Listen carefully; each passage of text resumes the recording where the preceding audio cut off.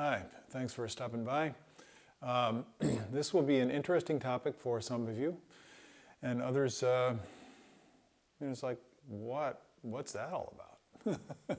but it's something that many classical trumpet players, especially soloists, but also orchestral players and other folks, are interested in the various kinds of sounds that you can make on the trumpet by using a mute. So that's what we're going to talk about today, is mutes. Now, I'm going to give you some basic ideas in terms of choosing a mute.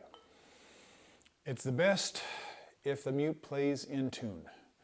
And there are some mutes that are very difficult to play in tune, especially in certain registers. As a general comment about pitch, most straight mutes, which is, by the way, all we're going to look at today, because there are many different kinds of mutes. Have a bucket mute, solo tone mutes, you can use plungers, you can use a cloth bag over the end of your horn. There are a lot of ways to change the sound on the horn, and it's really fun to experiment with.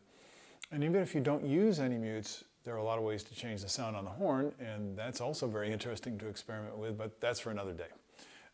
Today we're going to look at the different sounds that you can get with a straight mute.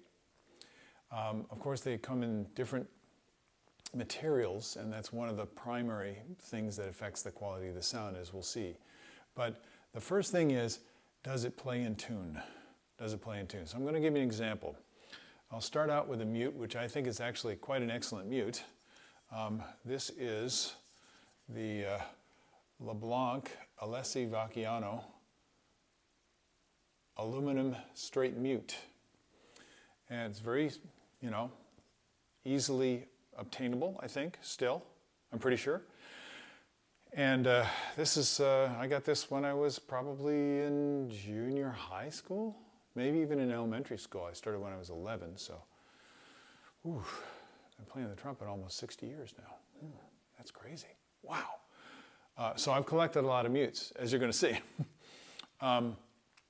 So this mute is a really nice mute, and one reason why I like it is because you can produce different colors on it, and it has a wide dynamic range. So instead of playing musical examples, which would be more fun for me, I'm just going to play some simple things, maybe scale, maybe the Clark studies, or the Chikowitz flow studies, those kinds of things. So here we go.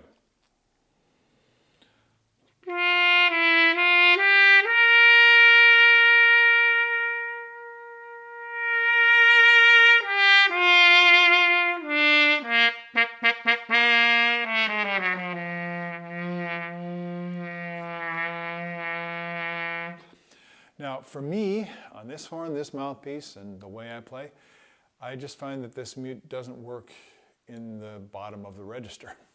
It kind of backs up, and I can't find a balance point. I can't get the note to resonate properly.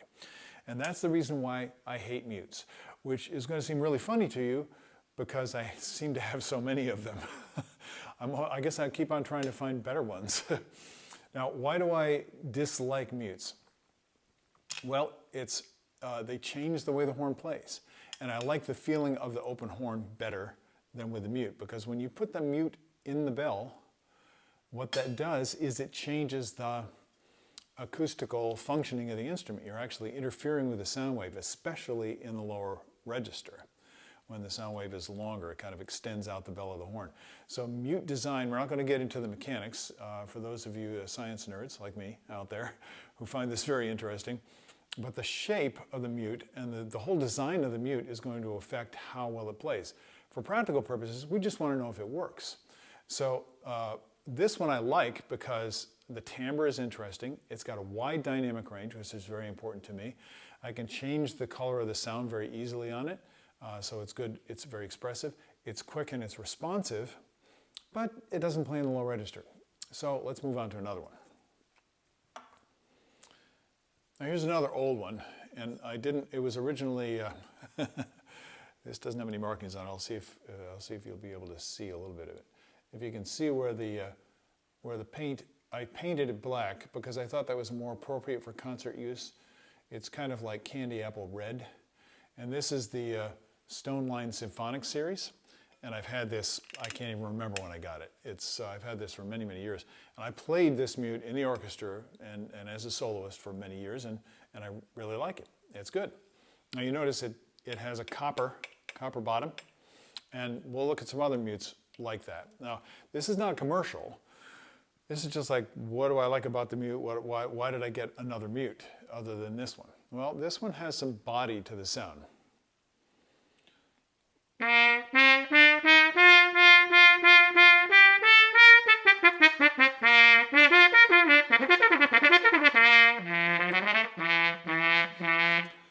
Again, not great in the low register.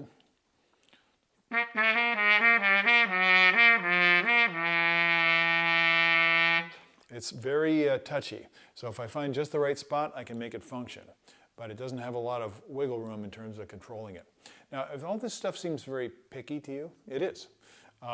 Why? Because we're artists.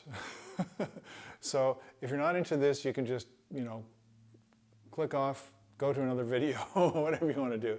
But I'm going to keep moving through, and hopefully you'll get some ideas about where to look to get that quality. Now remember, when you're standing behind the horn and you're playing, you get a completely different impression than out front. So when I listen to this video later, I'm going to hear what the microphone picks up, not what's coming back to my ears, not the impression I'm getting from the sound that's coming back this way or that's bouncing around in the room. It's going directly to the mic. So that's another thing you can use to choose mutes. Now another function of a good mute is that it needs to play in tune. And most of you know, maybe not most of you, I don't know who's watching, but many players know or have been taught that, or have observed for themselves, that when you put the mute in the trumpet, it changes the pitch. See it, hear that squeaky sound? I'll give you a tip. I did these a few weeks ago, but it's very dry in here. So what happens is the corks start to dry out, and if you use a little bit of cork grease, a very small amount, and then rub it off after you're done, you won't get that embarrassing squeak that's very evident in soft passages in the orchestra. So pardon that. Just another tip. Now, I played this mute also for a long time, and I like this mute. I played this mute in the BSO, and one of my colleagues commented, wow, that's a loud mute. He really liked it. Now, basically what it is, and I don't know if it has any markings. Oh yeah, I guess it does. And again, I don't know if you'll be able to see this, but it's Stomvi, and which is a great Spanish manufacturer of musical instruments, musical equipment. And you'll notice if you look at this mute, and you look at this mute, they look really similar, don't they? Huh, that's funny. That's because, in my opinion, the Stomvi is basically a copy of the Dennis Wick. Now you see, this is all copper. So, and it's quite a bit heavier than the Dennis Wick mute, which is, last I checked, kind of the standard mute that the BSO has been using. And there are reasons for that. We'll talk about that in a second. But to go ahead, I just distracted myself here. Excuse me. Too many mutes. Go ahead and listen to this and see what I can do in terms of the sound. And when you're listening for timbre,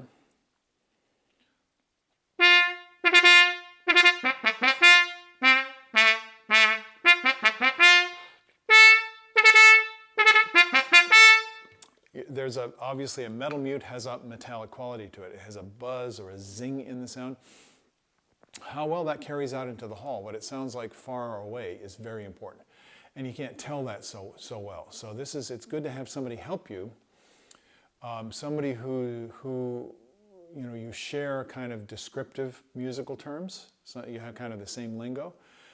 So when you're talking about the impression that you're getting from the sound, that you're on the same page. Also, make sure that you do a little recording. It's not too difficult to get a decent quality recording that can tell you some things about the timbre. And try it in many different musical examples. So again, I'm going to go back to just the simple stuff.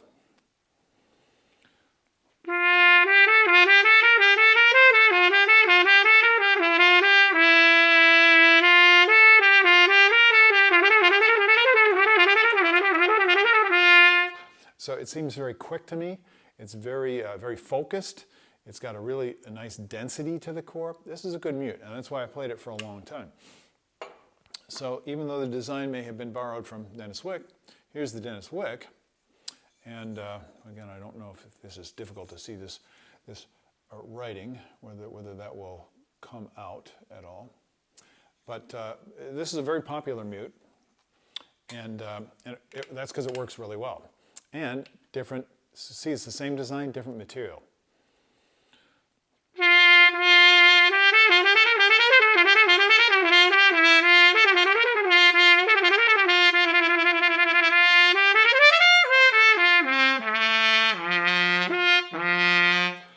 So this mute is more responsive. Why? The material is lighter and thinner, and so it has a different sound quality. So I think you're starting to get the idea. You see how this is all a compromise. You want it to play in tune. If you need to make an adjustment with the slide when you put the mute in, that's normal. You might the mute can tend to make the instrument go sharp, of course, but if it doesn't play evenly in tune throughout the register, then you got a problem that you really can't solve. So that's a compromise you don't want to make. You want the mute to play in tune. Okay, now I'm going to look at some other popular mutes that I really like. This one, which is the TrumCor. Yeah. So this one as you can see, it's a different design, right? Different shape. And this is what you call a very open mute. Some mutes feel stuffier, some mutes are freer blowing, and that's another aspect. Some of my very famous and very accomplished colleagues with whom I've played over the years like mutes, and the reason that they told me that they like them is because it provides a little bit of resistance, and then you can feel what you're doing. And the trumpet by itself is a little bit more open. So for some people, the mute actually is more comfortable. For me, it's the opposite. So everybody's different. You got to find something that kind of fits you.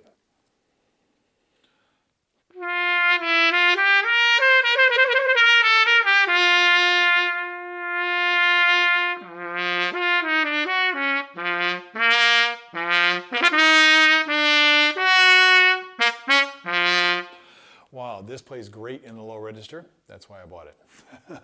Because I actually bought it and played the Shostakovich Piano Concerto on it, even though I used my old plastic mute to do it in another video. So I guess I would recommend this one. I think it's extremely well made and it works very well. And this is used in a lot of orchestras as well. Very, very quick. Very light, quick response, which is great. It holds up when you're playing loud.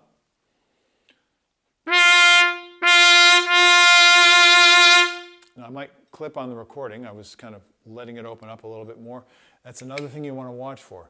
If the mute starts to change the way it performs as you're changing dynamic levels and you have to compensate for that, then that might kind of steer you away from it. Okay, here's the same mute. It's a little bit different style of label there. Hope I've got that up right side up. Okay.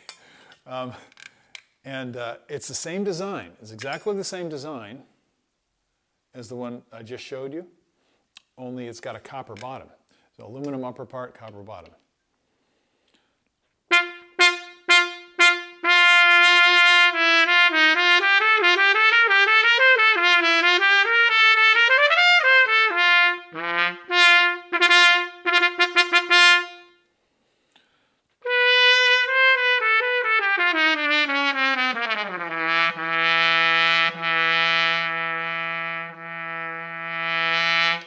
Isn't that interesting? So check it over the dynamic range. Check it for response.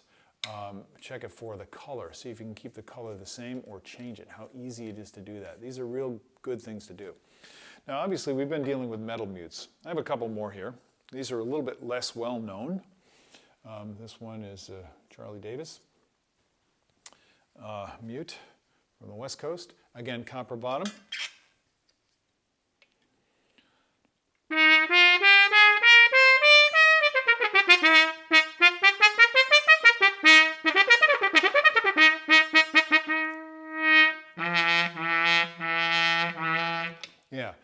pitch is in a little different place on this one in a low register. It shifts a little bit.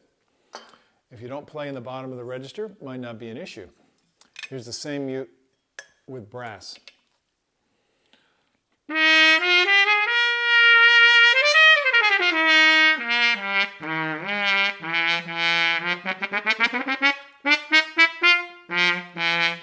that one's a little bit easier to play in the low register. See how this is weird? So obviously, you can drive yourself crazy with mutes. Now, we haven't even gotten, I got more.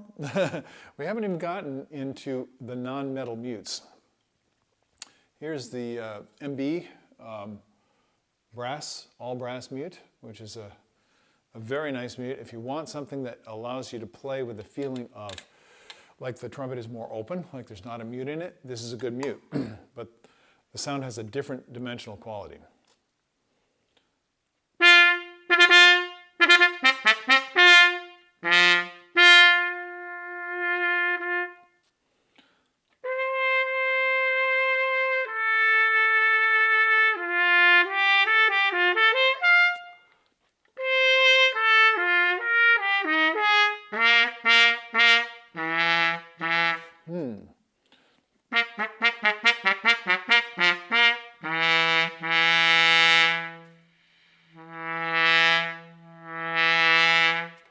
So the feel of the mute, the blow feel, you might call it, which is a combination of the acoustics and the actual physical resistance caused by the mute itself, how well it vibrates, a lot of other things going on there.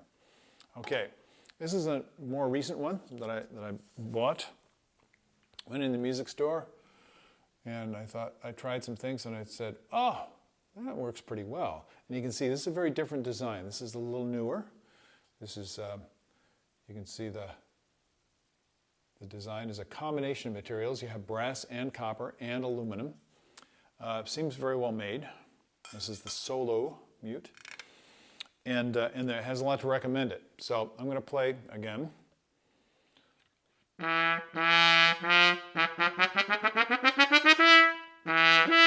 So this is very, very even. So I don't feel a lot of change as I go from the low register to the middle register.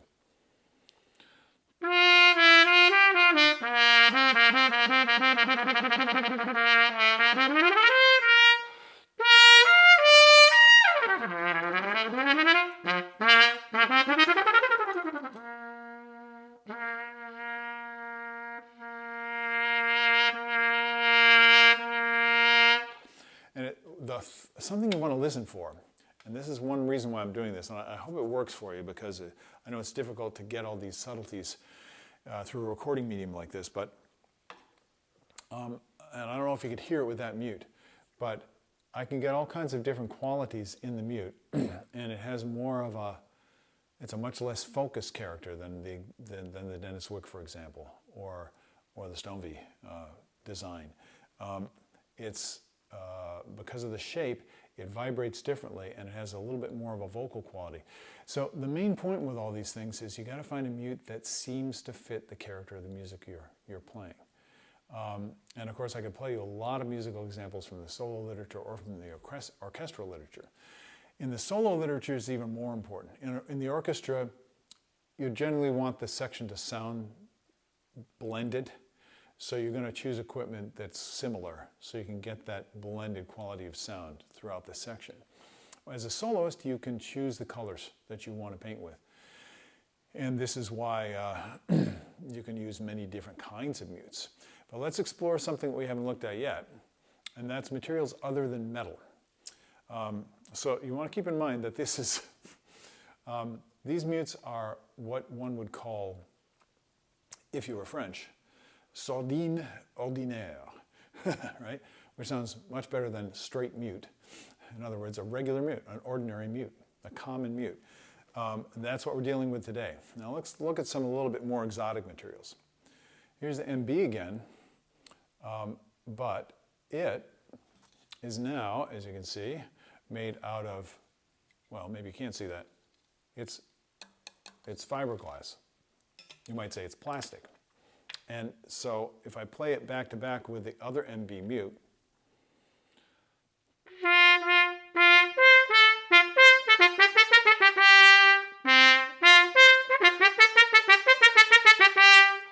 that's got a nice little quick attack to it. Let's try this again.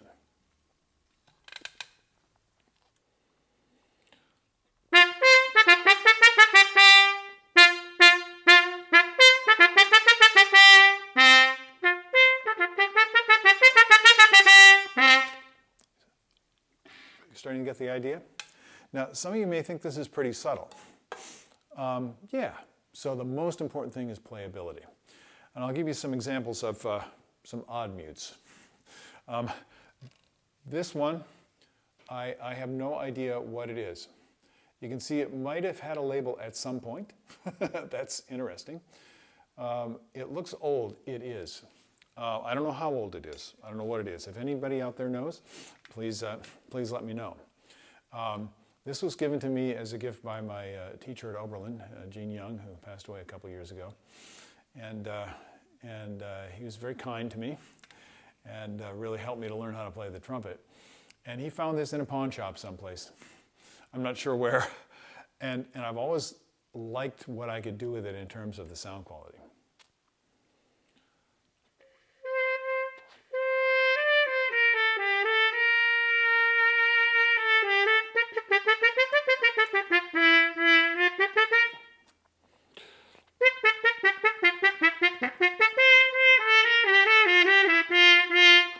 Has the old, Whiteman band, the gramophone kind of sound to it. It's a very intense, focused, but fiber sound. And this is made out of paper, basically. Paper and glue, fiber. So I'm going to show you a couple of mutes that are in that category. Here we go. This is the Dennis Wick. And this is a very inexpensive mute. This is, some people might call it a student mute. But actually, it's just a plain old fiber straight mute.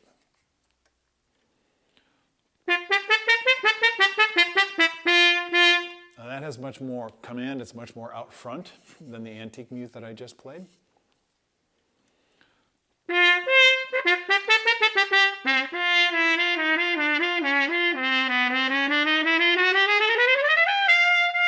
Ooh, and as I check it out, I'm gonna, if I went through all the tests, I'm going to play through the register. I'm going to play loud and soft. I'm going to play with different kinds of articulation. I'm going to check things out with a tuner if I don't have a really good sense of pitch accuracy.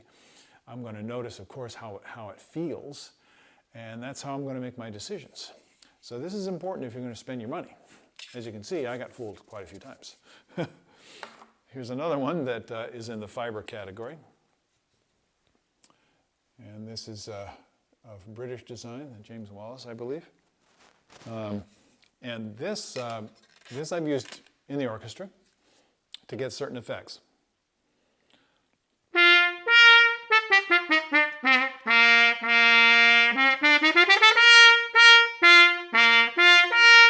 So it's a little bit more open, open feeling and open sounding.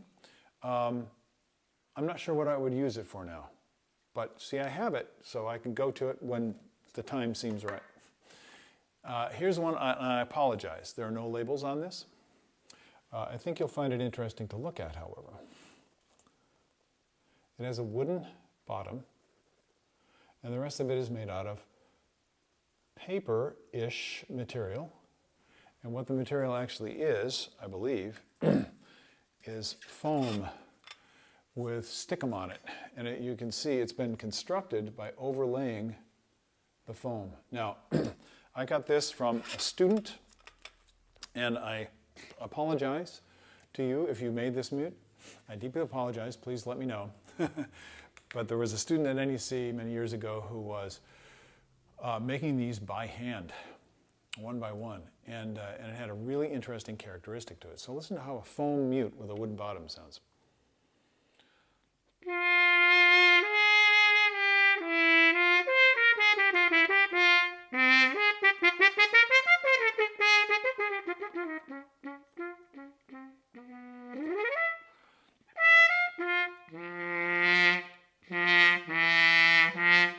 And this is actually a really excellent mute.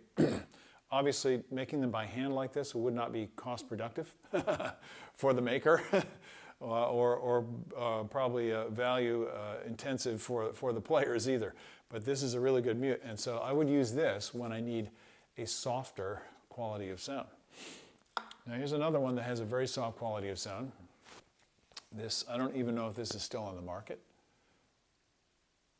It's the Chicago mute.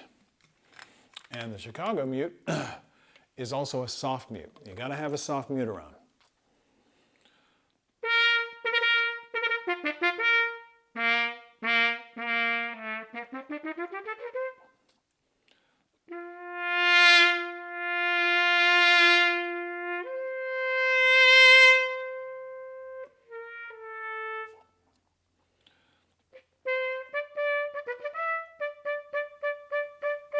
Now this, to me, this is a muffled sound. Now that's what you want? Good. There's a muffled mute. And it's really made out of paper. I could crush it with my hand very, very easily. And the bottom, again, is wood. Okay, now for a very, very popular mute, and one that I do recommend, and it's widely used. A lot of people have found this to be extremely valuable in the orchestra. So this is a soft mute. It's also a fiber mute with a wooden bottom. These are handmade. And so they're consistent, but they're all a little bit different. So if you're extremely picky and you have the opportunity, you might want to try more than one, because you might find one that particularly works with your horn, with your bell design, or whatever. So again, I hope you're not getting bored here, but here's a different sound.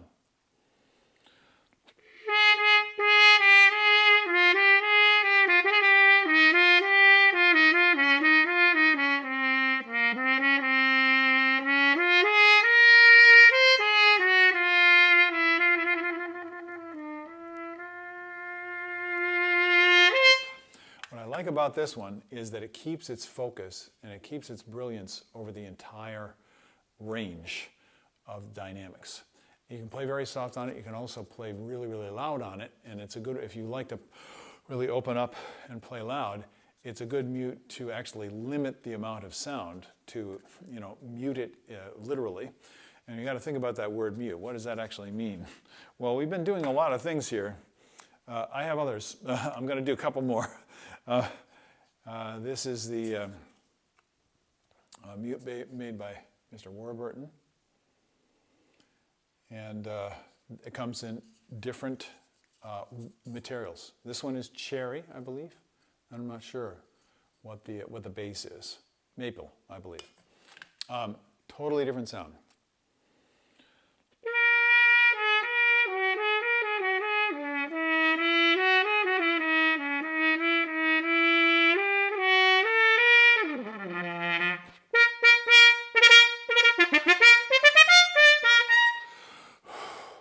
So this one I would have to work with it a little bit. I'm not going to make any comments on it now, but if you really like that different sound, this is a good way to go. If you get a chance to try one, it's worth doing. And here's another one. Now you have a different materials, cherry, walnut, and maple. It looks pretty. so that's something certainly to recommend it. Okay, so now I've got myself totally confused, and I've probably gotten you confused as well. But I just had in my mind that I should do this because I had all these mutes lying around my studio since I was trying to find the right sound to play the Shostakovich Piano Concerto, and I kind of got lost in the process. So I hope that some of the comments I've made will simplify the process for you. So remember, you want something that plays in tune, something that has the blow feel that works for you, that's very even, something that has a quickness of response, something you can change the color with pretty easily, that it feels natural to you. And then check the sound out front to make sure that it's what you think it is as you make your selection. So you might want some help from a buddy with good ears, or do some recording when you're making your decision. Of course, if you're playing an orchestra section, you just use the mutes that the principal player wants to use, usually, because they're going to match up better. And then you learn how to play those mutes. So any mute that you get, you're going to have to learn how to play it. As I said in the beginning, I don't like mutes because I like the feeling of the open horn better. I'll give you one tip and then I'll let you go because I know this has been a little bit long. With the open horn,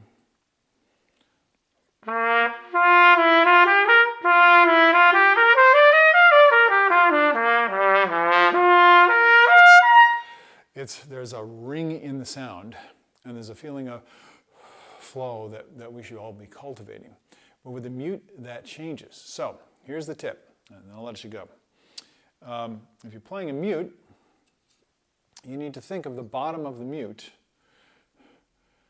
as being like the cone of a speaker. And when you put the mute in your horn, you see how that kind of goes with the bell? Pretty cool. Pretty cool. When you put the mute in the horn, you should be thinking about, not about playing the horn normally, but